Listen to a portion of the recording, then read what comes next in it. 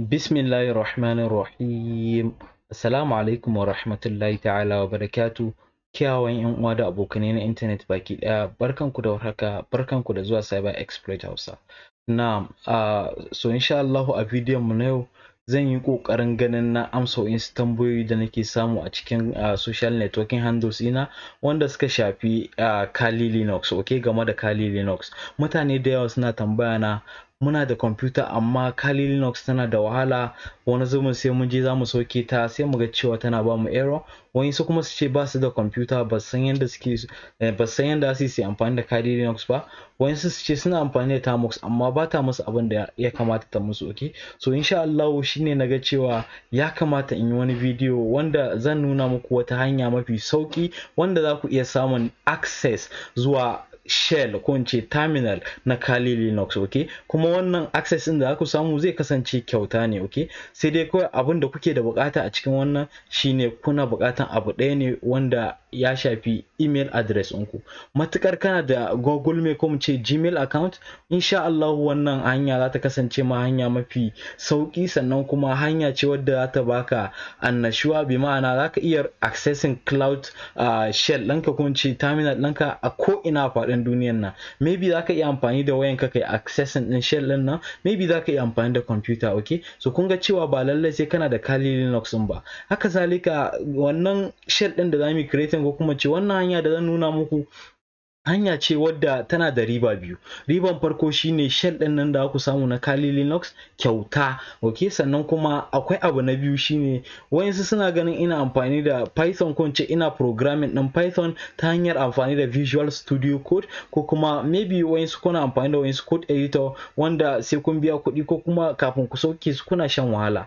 Wannan the same process din zan nuna muku zai ba ku daman ku samu free code editor wanda za ku iya editing din file ɗinku na programming ɗinku wanda suka shafi Python, Java, JavaScript, C, C++, HTML da sauransu, okay.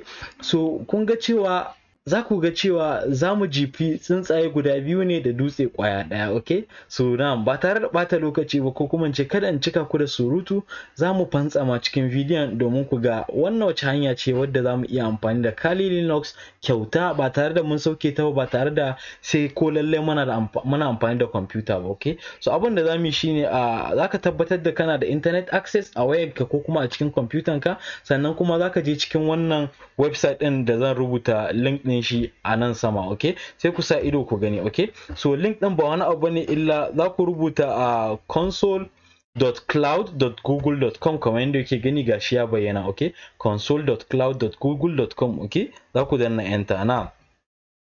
Idan ku danna enter zai kai ku cikin ainihin dashboard ɗin account ɗinku na YouTube na Gmail, okay.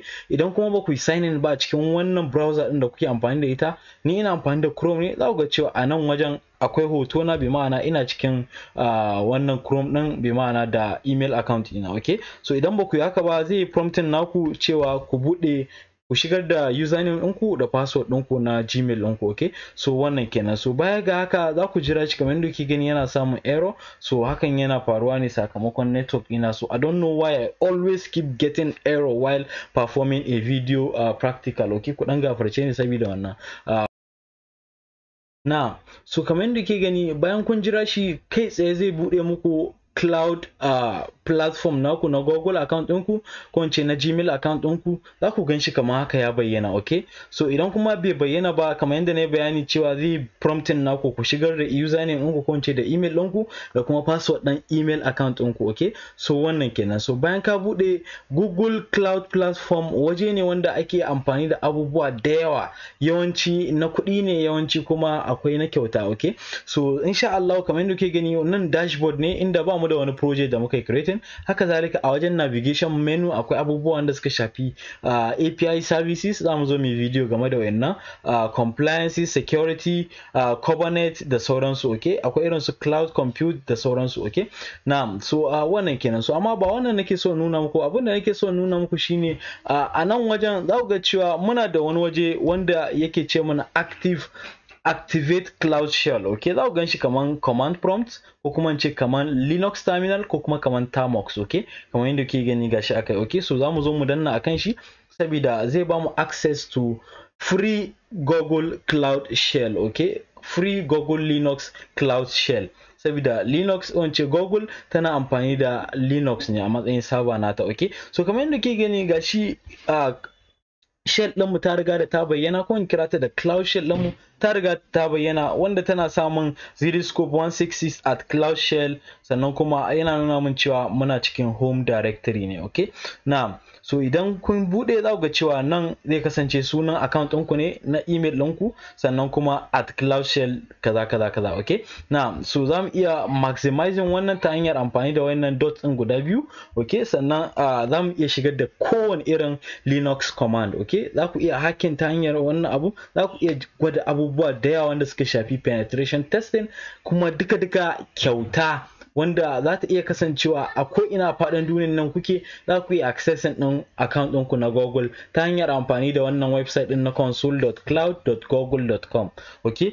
Na'am, so kuma yadda na ce za ku iya shigar da Linux command ɗinku, za ku iya shigar da ls, misali mu jarraba. Kun ga cewa ya ce min ina da file.txt, ina da help.py, and ina da index.html, ina da readme cloudshell.txt, okay. So wayannan guda uku ni ne na rubuta su, ko ni ne creating ɗinsu, wanda zan iya remove din ta hanyar amfani da rm command, sannan rubuta sunan file din, okay. Misali file.txt, in ls za ga cewa wannan file.txt in ya fita. Haka zalika zan iya removing din help.py, okay. Zan iya removing din index.html. yanzu in ls za ga cewa file kwaya ɗaya nake da shi, wanda shine readme cloudshell.txt, okay. So in kaga dama za ka iya karanta wannan file din na readme, saboda ya kunshi ainihin abubuwa da dama wanda suka shafi wannan cloud shell din da muke amfani da shi, okay. A yanzu kamar yadda ke gani ya ce mana welcome to Google Cloud Shell, a tool for managing resources hosted on YouTube Cloud platform, okay. Your 5 gig RAM, kamar yadda ke gani, your 5 gig home directory will persist. Bi ma'ana a lokacin da ka bude wannan kana da space na 5 gig free kyauta, okay. Za ku iya install din hacking tools wanda suka shafi misali nmap, okay. Mun yi video game da nmap, kun ga cewa yana cewa command not found, amma za ka iya apt sudo, okay, sudo apt, okay, get sudo apt get install nmap, okay. So wannan kai zai je mana installing din nmap, okay. So kamar yadda ke gani za mu jira shi, za ku ga cewa okay, so gashi ya fara installing din nmap, okay. Ya ce the following additional packages will be installed, okay. Do you want to continue, okay.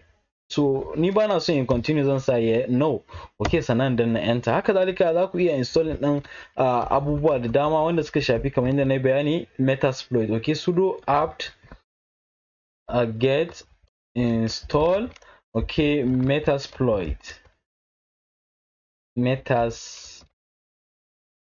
okay, and then mu danna enter, okay. So wannan kai zai muku install din metasploit the same a cikin cloud shell din nan, kamar yadda ki gani gashi ya fara, okay. So although ba mu da metasploit, okay, so wannan kenan. So za ku iya installing kamar yadda na yi bayani abubuwa daban-daban a cikin wannan cloud shell din wanda take hosting a cikin Google Cloud platform kyauta, ba tare da kun biya kuɗi ba, okay. Idan kuma kuna so ku biya additional abubuwa, za ku iya zuwa wajen billing, okay, inda za ku iya maybe ku ƙara abun girma. Kamar yadda kuke gani yanzu ku danna help, za ku ga cewa iya 5 gig space muke da shi a cikin wannan home directory din namu, okay. Yanzu muka danna help, oh my god, so this thing is very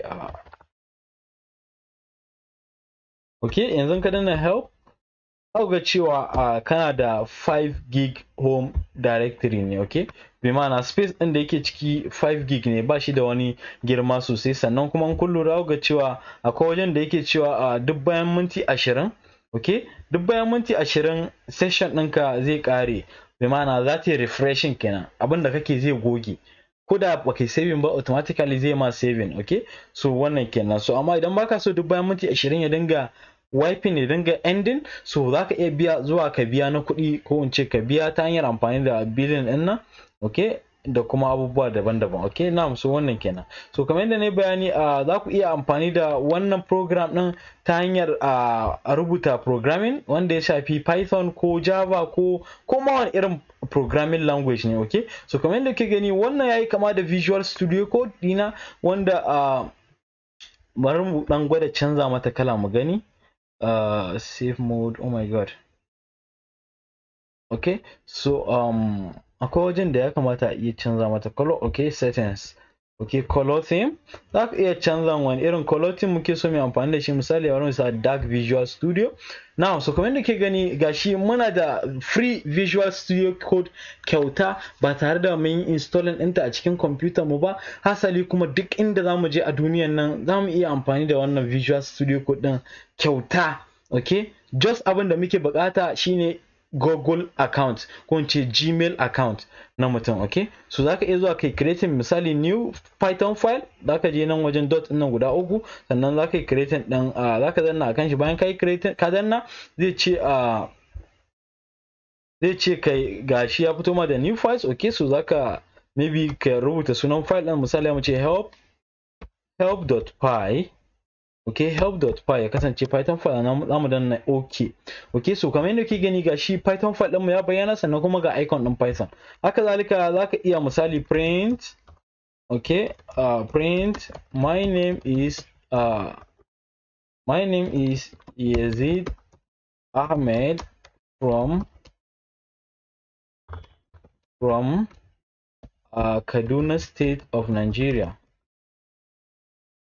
Okay, yanzu idan muka yi running code din nan a cikin still cloud platform din nan na Google, za ga cewa my name is Yazid Ahmed yana bayyana gashi anan. Okay, so idan baka so ka amfani da Google Visual Studio Code a cikin computer ka, so wannan kun ga cewa ya sauƙaƙe muku, za ku iya yin abubuwa biyu at the same time. Bi ma'ana za ka iya buɗe terminal, sannan kuma za ka iya buɗe code editor na Google cloud platform. Okay, so wannan kenan. So insha Allah duka da wannan zamu kawo ƙarshen wannan video. If you are new to the channel, please consider subscribing to the channel and turning on the notification bell. Okay, idan kuma kun kasance tare da mu, muna roƙon ku da ku like wannan video, sannan ku share din shi zuwa ga ƴan uwanku, abokananku, domin su ma su amfana.